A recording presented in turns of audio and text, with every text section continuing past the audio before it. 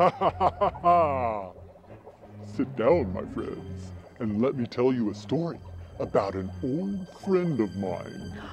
He means a ghost story. You see, all of our friends are ghosts, zombies, vampires, or otherwise undead.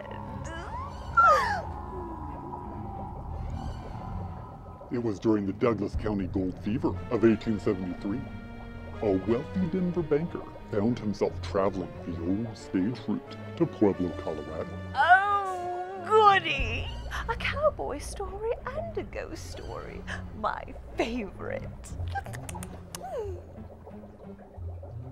Our tale brings us to this lonely cabin in Coyote Gulch. It is the home of the McIntyre clan. The very name once struck dread into the hearts of all who lived in the area. But back to our traveler from Denver.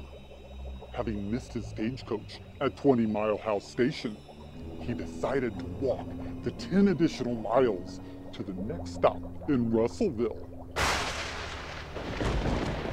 A sudden thunderstorm broke upon him. Unfortunately, the nearest place to seek shelter was the McIntyre cabin. The McIntyre brothers, already suspected of various nefarious deeds involving missing wayfarers, took one look at the stranger's fine clothing and couldn't believe their luck. The weary banker was shown upstairs and offered a bed for the night. But as he slept, the two brothers crept into the room, crept up to the bed, and...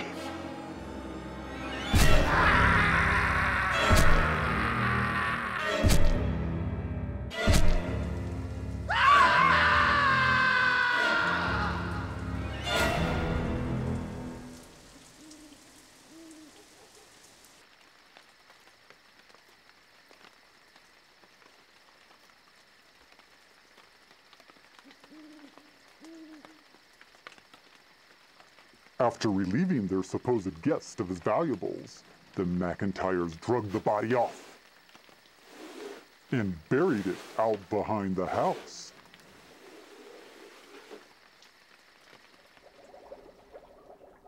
That was the end of our unfortunate traveler, but not the end of our story, because a few days later, a search party assembled by the friends of the missing man arrived at the McIntyre home.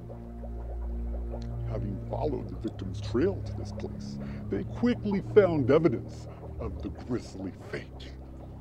Bloodstains on the bed, drag marks on the floor, and finally, the buried body itself. The McIntyre clan was immediately taken into custody and found guilty of their heinous crime. Ever since that day, the murder house has stood empty and desolate. For many years, travelers passing by, and occasionally those brave enough to venture inside the abandoned McIntyre home, have sworn that the place was still haunted by the murdered man.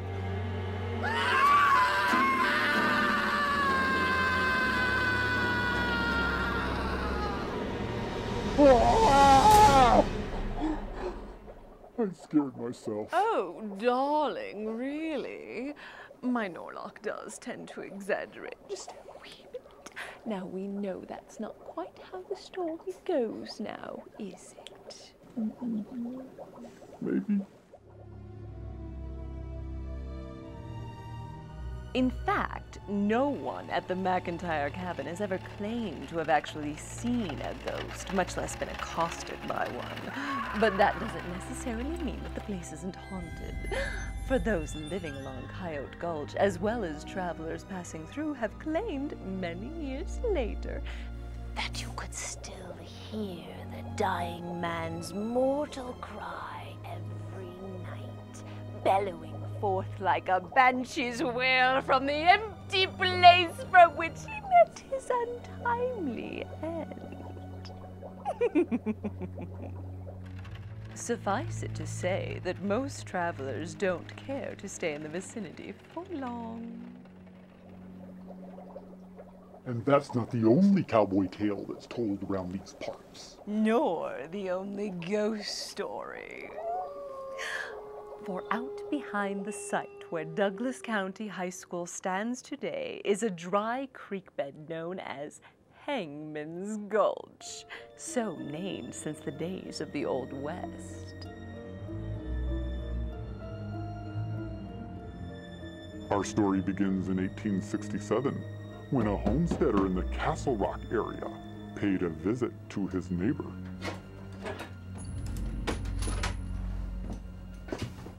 Only to find him freshly murdered. The local folk turned their attention towards two strangers who had been seen passing through the area, headed south along East Plum Creek. A posse was soon on its way to track the pair down.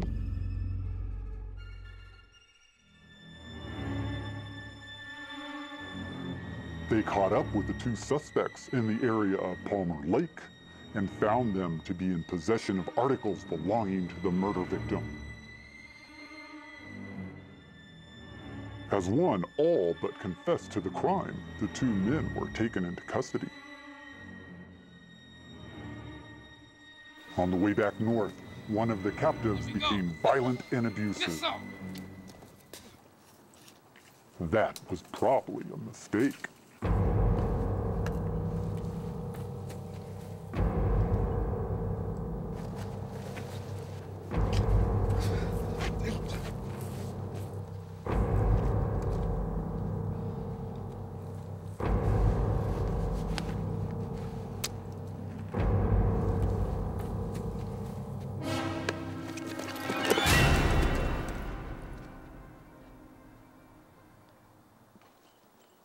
Well, so much for that fellow. We'll get back to him later. Meanwhile, the posse continued on their way with their remaining prisoner until reaching that dry creek bed we now call Hangman's Gulch. There, they held a quick trial under a suitably stout-limbed tree.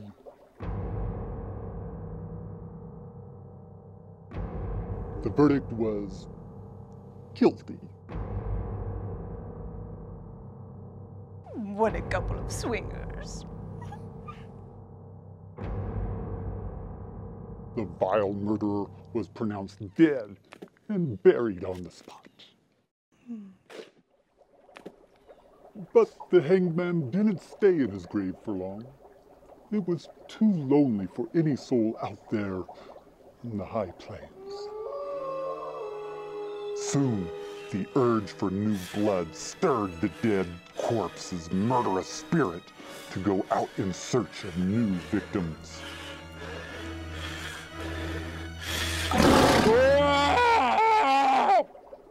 I've done it again. Oh, Norlock, darling. I wish you'd spend less time scaring yourself and more time getting the story right. You see, not that I have anything against living corpses, you understand, but I'm afraid this one met a very natural end. A few years and a few flood seasons later, erosion ate away at the gulch, and eventually the murderer's bones rose to the surface again. Well, I was almost right. Darling, you were nowhere near right, but the story doesn't end there. Those exposed bones were reconstructed, and the murderer's skeleton was used for science classes in the old Castle Rock schoolhouse for many years. And it has the phonics, the letter O, which says the short sound is O. Can you think of any other words that Until one night in 1886, the old frame school mysteriously burned to the ground, taking the infamous skeleton with it. But was it a coincidence? Or did the schoolhouse succumb to the curse screamed out by the outlaw before his untimely death? Which brings us back to the first murder. As you remember, we left him dangling there in the wind. Which is exactly where his body was left, to hang as a warning to any others who might pass through with skullduggery in mind.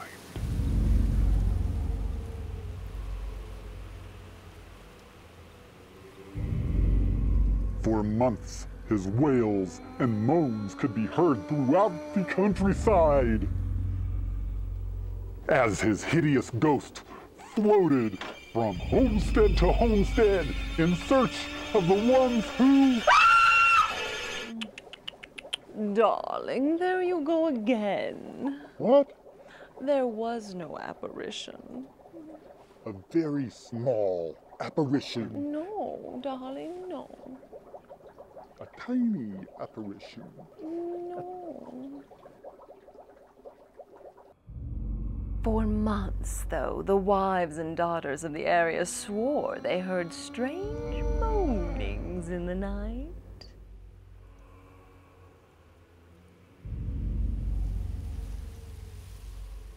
These were quickly attributed to the restless spirits still hanging out there on the high plains. The women folk soon prevailed on their men to cut the body down and give it a proper burial. After that, no more tales of wailing or moaning were told to disturb anyone in the night. Well, it's hard to remember everything exactly. After all, that was over 100 years ago, when I still had my hair. Oh, and yet it seems like only yesterday, doesn't it, dear? Where does the time go? Speaking of time, we seem to be out of it. Oh, but we'll see you again next time, when the ghosts of the West once again make their presence known to the living. And until then, good night and sweet nightmares.